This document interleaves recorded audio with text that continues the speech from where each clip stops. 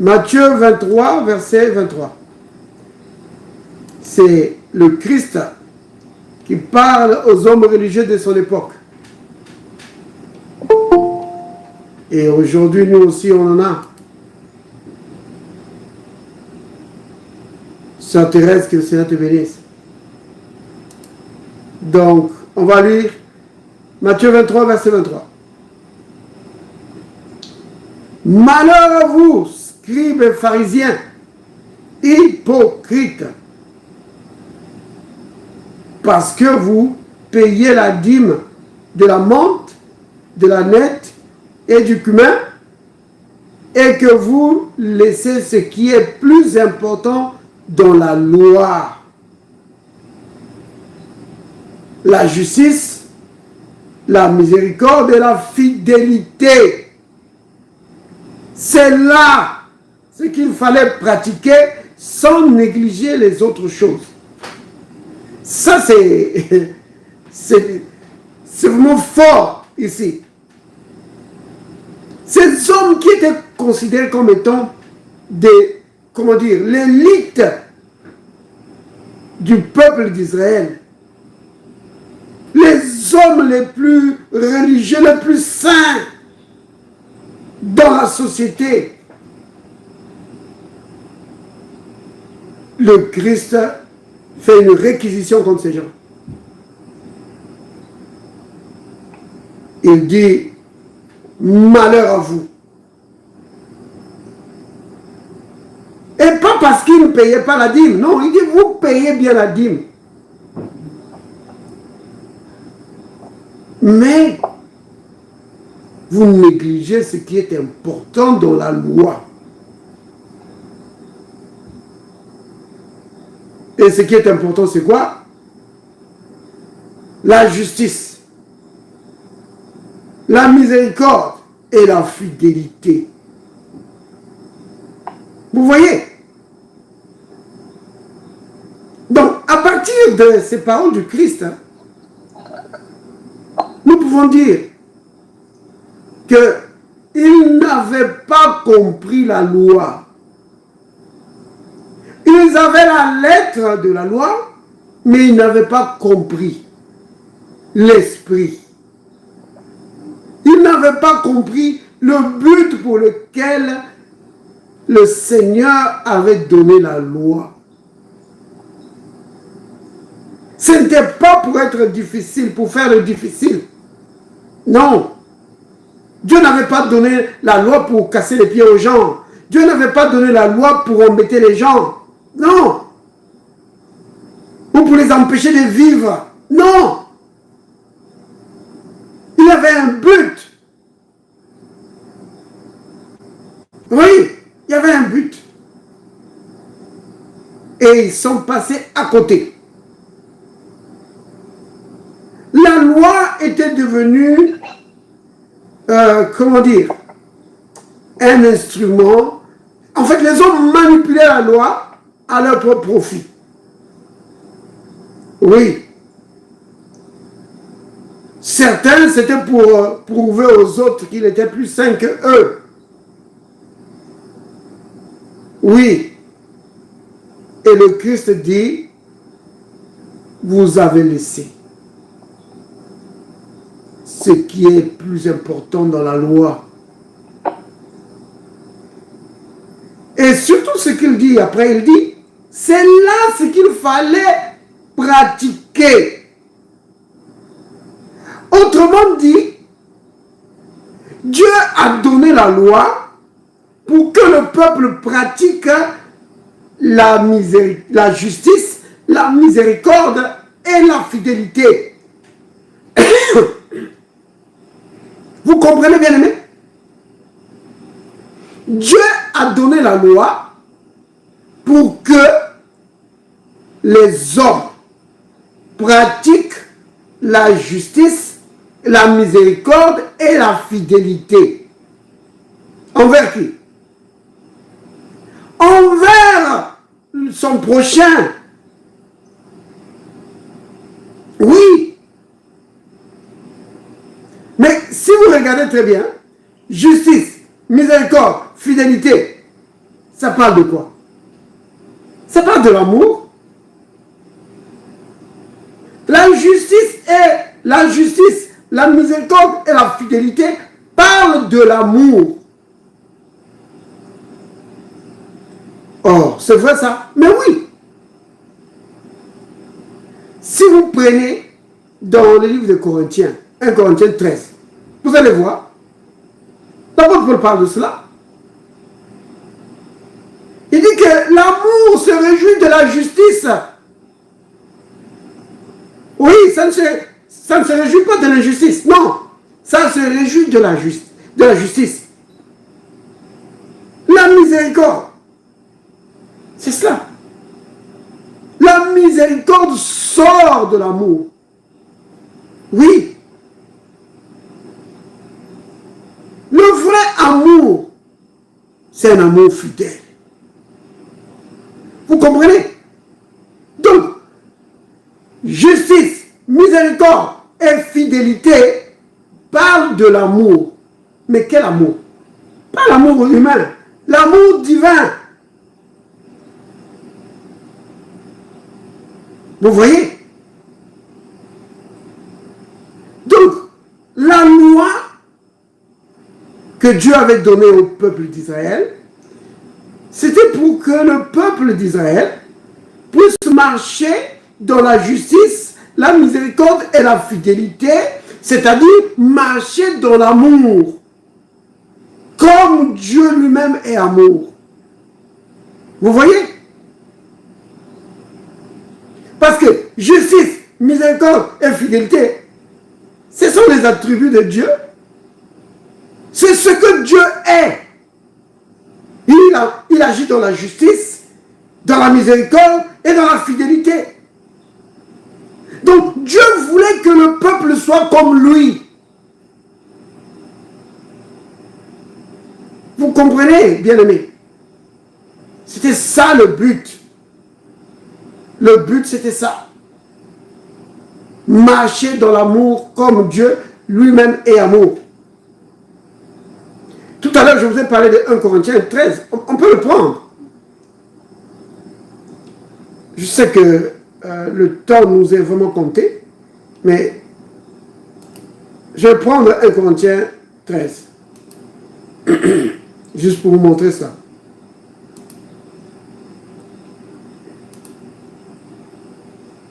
Alors, regardez ça.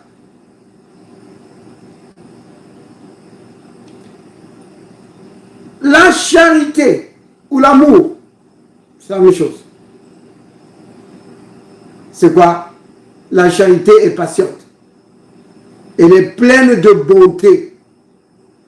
La charité n'est pas envieuse. La charité ne se vante point, elle ne s'enfle point d'orgueil. Elle ne fait rien de malhonnête. Elle ne cherche pas son propre intérêt, elle ne s'irrite point, elle ne soupçonne point le mal, elle ne se réjouit point de l'injustice. Vous avez vu ça? Vous voyez? Donc, la charité ne se réjouit pas de l'injustice. La charité, l'amour, aime la justice et elle se réjouit de la vérité. Elle croit tout, supporte tout, elle espère tout. La charité ne périt jamais. Vous voyez, bien aimé? En fait, quand vous regardez ici, au verset 4, quand on dit « La charité est patiente et pleine de bonté », si vous prenez le mot « bonté » là, si vous cherchez les synonymes, vous allez trouver miséricorde, vous allez trouver compassion, oui. Donc, justice, miséricorde, bonté, compassion, fidélité, ça parle de l'amour de Dieu. Vous voyez? Donc, si nous retournons dans Matthieu 23, 23, le Christ est en train de parler de l'amour. Il est en train de dire ceci. que Dieu vous a donné la loi afin que vous marchiez dans l'amour les uns envers les autres. Donc, la loi a été donnée pour pratiquer l'amour, pour pratiquer la miséricorde, pour pratiquer la bonté, la justice. Mais eux utilisaient la loi, pourquoi? Pour piéger les gens. Oui. Ils manifestaient la méchanceté envers les autres à cause de la loi. Ils étaient prêts à tuer leur prochain en utilisant la loi. C'est sur cette base d'ailleurs qu'ils ont condamné Jésus. Oh, ils ne respectent pas le sabbat.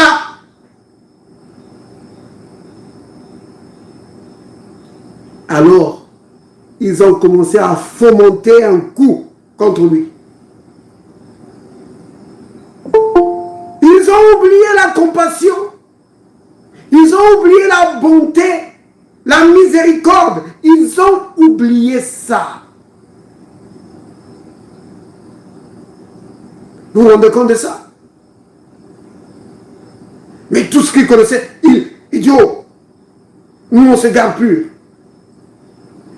Comme le jour où ils devaient vraiment crucifier Jésus.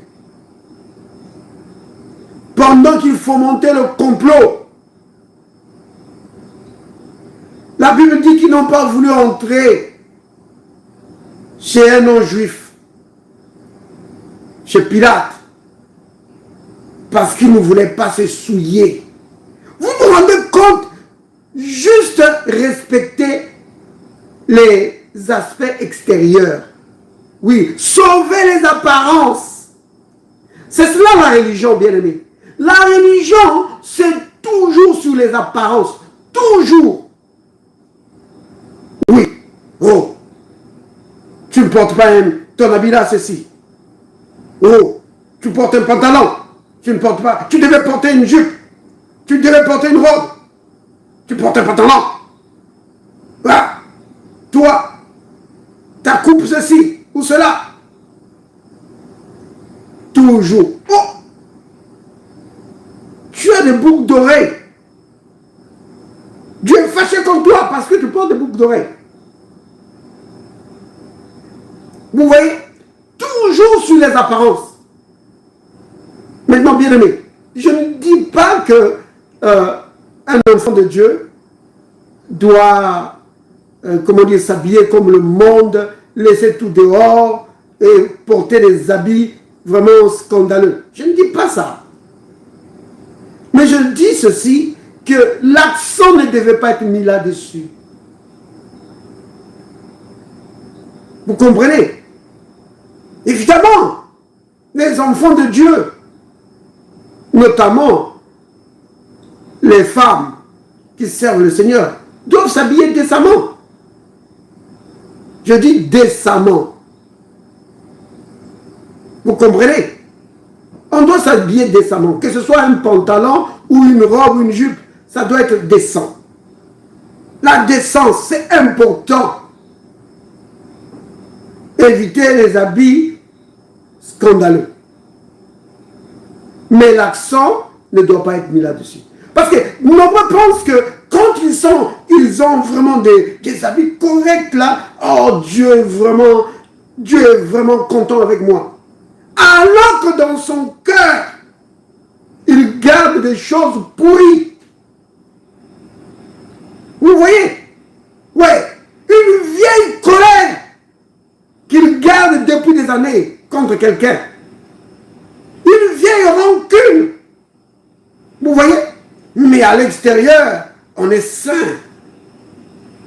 Et c'était ça la condition de ces hommes religieux. Ils ne voulaient pas entrer chez un non-juif. Et on ne va pas plus se souiller. Il faut qu'on monte sur la Pâque. Nous, on doit manger la Pâque. Voilà. Pour eux, rater la Pâque, c'était un drame. Alors, il faut sauver les apparences. Sinon, les gens vont dire, oh, pourquoi les rabbins n'ont pas mangé la Pâque? Peut-être qu'il n'est pas... Vous voyez?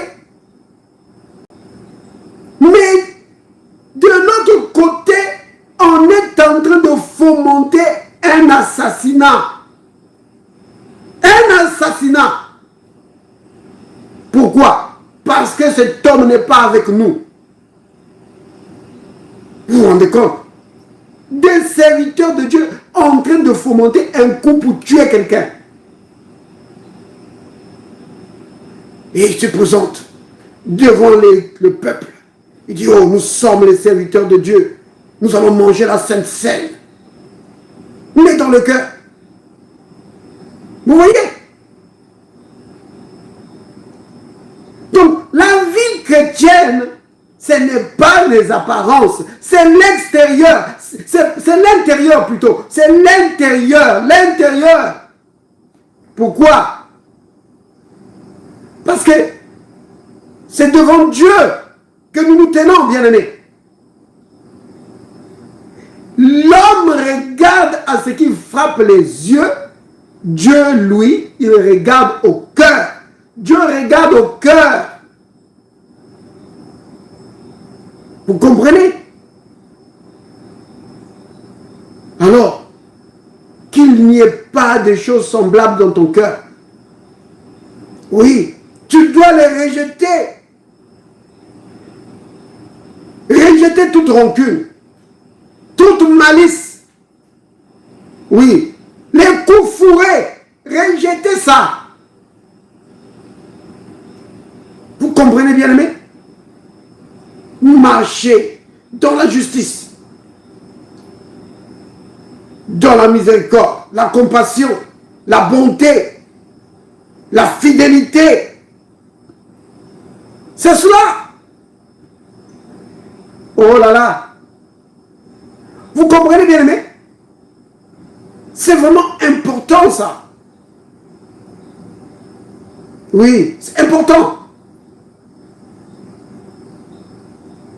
Le Christ dit, c'est ça qu'il faut pratiquer. C'est ce qu'il faut pratiquer. C'est-à-dire, il faut pratiquer l'amour.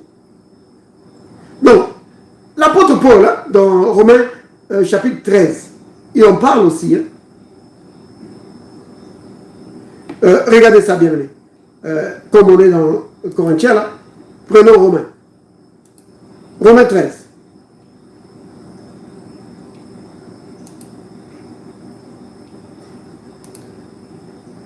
Dans Romains 13,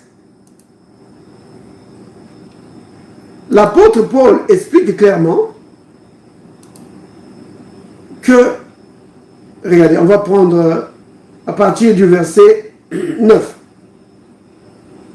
En effet, les commandements, tu ne tueras point, tu ne commettras point d'adultère, tu ne tueras point, tu ne déroberas point, tu ne convoiteras point.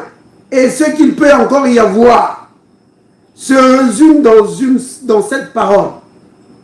Tu aimeras. Tu aimeras. Tu aimeras ton prochain comme toi-même. Vous avez entendu bien, aimé? L'amour ne fait point de mal au prochain. L'amour est donc l'accomplissement de la loi. Vous voyez? C'est cela. Justice, miséricorde, bonté, fidélité. C'est l'amour. Marcher dans l'amour. C'est cela. Il n'y a rien de plus grand que ça, bien-aimé. Il n'y a rien de plus grand que ça. Vous comprenez? Béni soit le nom du Seigneur.